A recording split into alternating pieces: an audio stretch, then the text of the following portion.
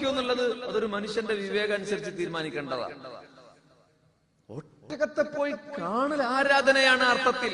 വെറുതെ അതിന്റെ ഭംഗി ആസ്വദിക്കുക എന്ന ആസ്വാദനത്തിനപ്പുറം ദൈവിക സൃഷ്ടിപ്പിന്റെ വലിയ ശക്തിയെ കുറിച്ച് തിരിച്ചറിയാൻ അള്ളാഹു പഠിപ്പിക്കുകയാണ് ഈ അള്ളാഹു.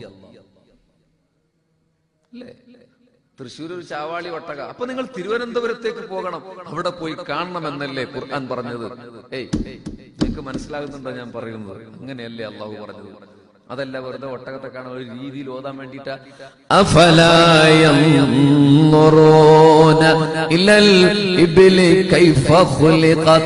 ഒട്ടകത്തെ എങ്ങനെയാ?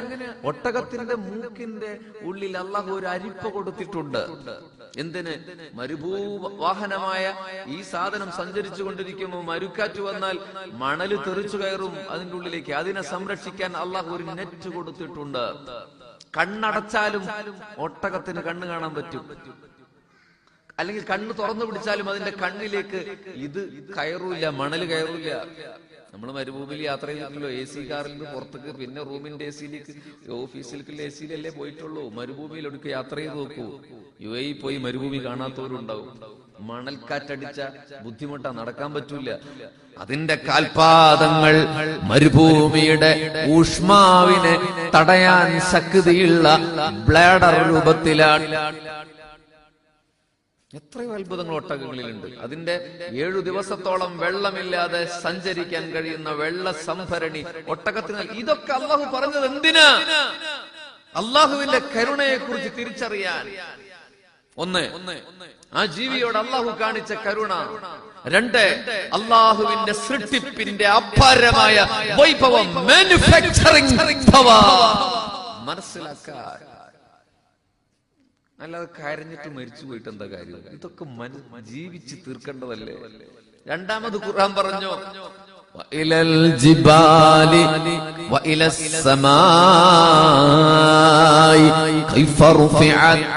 പള്ളിയിൽ നിന്ന് നമ്മൾ ഓതുക, ആകാശമണ്ഡലത്തെ എങ്ങനെയാ ഉയർത്തിയത് എന്ന് നിങ്ങൾ കാണുന്നില്ലയോ? ആര് കാണുന്നു? എപ്പോഴാ ആകാശത്തേക്ക് നമ്മൾ നോക്കിയിട്ടുള്ളത്? കടം വന്നാ പഠിച്ചോനെ. കാരണം അള്ളാഹു മേലെയാണല്ലോ ഇരിക്കണത്, അല്ലേ? അപ്പൊ നമ്മൾ മേലെ പോകും. അത് സ്പേസ് സയൻസ് പഠിക്കണമെന്നതല്ലേ ഈ പറഞ്ഞതിന്റെ താല്പര്യം? ആകാശ ഗഗന സഞ്ചാരത്തെ കുറിച്ച് പഠിച്ചു ആദ്യമേരായ നമ്മുടെ പൂർവഗാമികളായ ഈമാനും തഖ്വയുമുള്ള നമ്മുടെ മഹാരഥന്മാരായ ആലിമീങ്ങൾ. ഞാൻ ക്യാമ്പിൽ പറഞ്ഞു, മനുഷ്യന് പറക്കാൻ കഴിയുമെന്നതിന്റെ ഫണ്ടമെന്റൽ പ്രിൻസിപ്പിൾ ലോകത്തിന് പഠിപ്പിച്ചു കൊടുത്തത് സ്പെയിൻ ലോകത്തിന് സമ്മാനിച്ച മഹാനായ പണ്ഡിതനാണ്. ഇതൊരു നിസ്സാര കാര്യമാണോ? നമുക്കിന്ന് IAS കാരും ഡോക്ടർമാരൊക്കെ ഉണ്ട്, പക്ഷെ ഈമാനില്ലാത്തവരായി പോയി എന്ന് മാത്രം. എല്ലാവരെ കുറിച്ചും നമ്മൾ അതിനെ കുറിച്ച് വാദിക്കുന്നവരും അതിനുവേണ്ടി ട്രെൻഡ് നടത്തുന്നവരും ടൈം ടു റിവൈവ് എഡ്യൂക്കേഷൻ നോട്ടിലെ എന്ന പേരിൽ ട്രെൻഡ് നടത്തുന്ന ആൾക്കാരൊക്കെ തന്നെയാണ്. പക്ഷെ അവർക്കൊരു ബേസ് ഉണ്ടായിരുന്നു. അള്ളാഹുവിനെ മനസ്സിലാക്കാൻ അവർ ജ്ഞാനത്തെ ഉപയോഗപ്പെടുത്തി. കേവലം ചന്ദ്രനിൽ പോയി താമസിക്കാൻ പറ്റുമെന്ന് നോക്കാൻ വേണ്ടിയിട്ടല്ല, അള്ളാഹുവിന്റെ അപാരമായ കുദറത്തിന്. ആ മണ്ഡലം ഈ ഭൂമിയുടെ നിലനിൽപ്പിനെ, അതിന്റെ സമസന്തുലിതാവസ്ഥയെ, കാലാവസ്ഥയെ മാറ്റിമറിക്കുന്നതിൽ എന്തു പങ്കാണ് നിർവഹിക്കുന്നത് എന്ന് പഠിച്ചു. കണ്ണട പോലും കണ്ടുപിടിക്കാത്ത നൂറ്റാണ്ടുകൾക്ക് മുമ്പ് മുഅ്മിനെ നമ്മുടെ മുൻഗാമികൾ എന്ത്? അള്ളാഹുവിനോട് നീതി പുലർത്തുകയായിരുന്നു അവനെ കണ്ടെത്താൻ.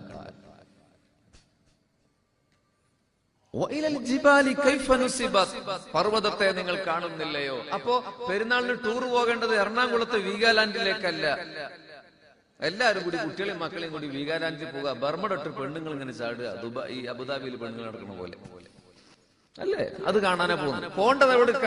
പൊള്ളാച്ചിക്കപ്പുറമുള്ള, പാലക്കാടിന്റെ അപ്പുറമുള്ള, പൊള്ളാച്ചിക്ക് അപ്പുറമുള്ള വാൾപ്പാറയിലേക്ക് പോകണമെന്ന ഖുർആൻ പറയുന്നത്. നിങ്ങൾ വിവാദം ഉണ്ടാക്കണ്ട, വാൽപ്പാറ ഖുർആനിൽ പറഞ്ഞിട്ടൊന്നുമില്ല. വാൽപ്പാറയുടെ പ്രത്യേകത എന്താ? അവിടെ നേച്ചുറാലിറ്റി ഉണ്ട്, അള്ളാഹു കനിഞ്ഞു നൽകിയ പ്രകൃതിയുണ്ട്. ഞാൻ അതിന്റെ എന്താ പറയുക, എക്സിക്യൂട്ടീവ് ഒന്നുമല്ല. അവിടെ ടൂറിസ്റ്റ് ഡെസ്റ്റിനേഷനായ എനിക്ക് കമ്മീഷൻ കിട്ടുമൊന്നുമില്ല. നിങ്ങൾ വേണമെങ്കിൽ പോയാൽ മതി. ഇതിൽ വയനാട്ടുകാരുണ്ടല്ലോ, അല്ലെങ്കിൽ വയനാട്ടിൽ പോയാൽ മതി. നമ്മുടെ സക്കരിയ ഉസ്താദിന്റെ നാട് വയനാട്ടിലല്ലേ? മലപ്പുറം, കോഴിക്കോട്. അവിടെ പോയി കാണൂ നിങ്ങൾ. ആളിയാർ ഡാം മുകളിൽ നോക്കുമ്പോൾ അപ്പൊ നമ്മൾ ചിന്തിക്കേണ്ടത് ആളിയാർ ഡാമിന്റെ മുകളിലൂടെ പെണ്ണ് തുണി വെച്ചിട്ട് നടക്കുന്നുണ്ടോന്നല്ല നോക്കേണ്ടത്. അല്ലാഹുവേ, നിന്റെ സൃഷ്ടിപ്പിന്റെ മനോഹരിത എന്തുമാത്രമാ! പച്ചപ്പട്ടണിഞ്ഞ പോലെ മനോഹരമായി ചമഞ്ഞു കിടക്കുന്ന ആ മലയോരങ്ങളെ കണ്ട അതിന്റെ മുകളിൽ നിന്ന് താഴേക്ക് നോക്കിയാൽ അറിയാതെ നമ്മൾ പറഞ്ഞു പോകും സുബ്ഹാനല്ലാഹ് എന്ന് നമ്മൾ പറഞ്ഞു പോകും. അത് മുത്തുനബി പറഞ്ഞിട്ടുണ്ട് സല്ലല്ലാഹു അലൈഹി വസല്ലം. ഞാൻ പറഞ്ഞു വന്നത് ഇങ്ങനെ കരുണയെയും സ്നേഹത്തെയും കുറിച്ച് ഇതിലെന്താ കരുണ? പർവ്വതം കരുണയാണ് യഥാർത്ഥത്തിൽ. കാരണം ഞാൻ അതിനെ ആണിയാക്കിയില്ലയോ എന്നാ. പർവ്വതം ആണിയാക്കി തന്നത് എന്തിനാ? മനുഷ്യന്റെ ജീവന്റെ നിലനിൽപ്പ്, അതിന്റെ ഭൂമിയുടെ ബാലൻസ് ശരിയാകാൻ വേണ്ടിയിട്ടാ. ലോകത്തെ ഏറ്റവും കൂടുതൽ മലയിടിക്കുന്ന സമുദായം മുസ്ലിങ്ങളായി പോയത് വിരോധാഭാസല്ലേ? JCB ഏറ്റവും കൂടുതലുള്ളത് ആർക്കാണ്? മുസ്ലിങ്ങൾക്കാ. പുഴയിലെ മണൽ ഏറ്റവും കൂടുതൽ വാരുന്ന മാഫിയ ആരാണ്? മുസ്ലിങ്ങളാണ്. ഏറ്റവും കൂടുതൽ വനം കൊള്ളയടിക്കുന്നവരാരാണ്? മുസ്ലിങ്ങളാണ്.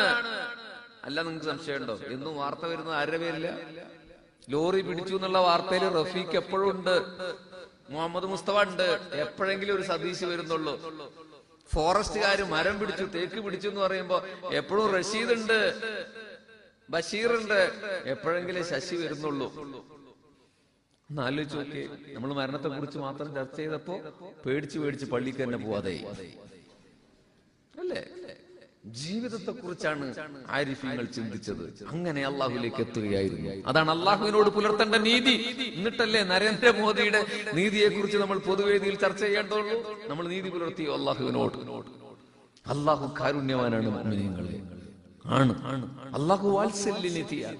എങ്ങനെങ്കിലും ഒരു ആളെ നരകത്തിന് സ്വർഗത്തിലേക്ക് തള്ളാൻ പറ്റുമെന്ന് അള്ളാഹു നോക്കുകയാണ്.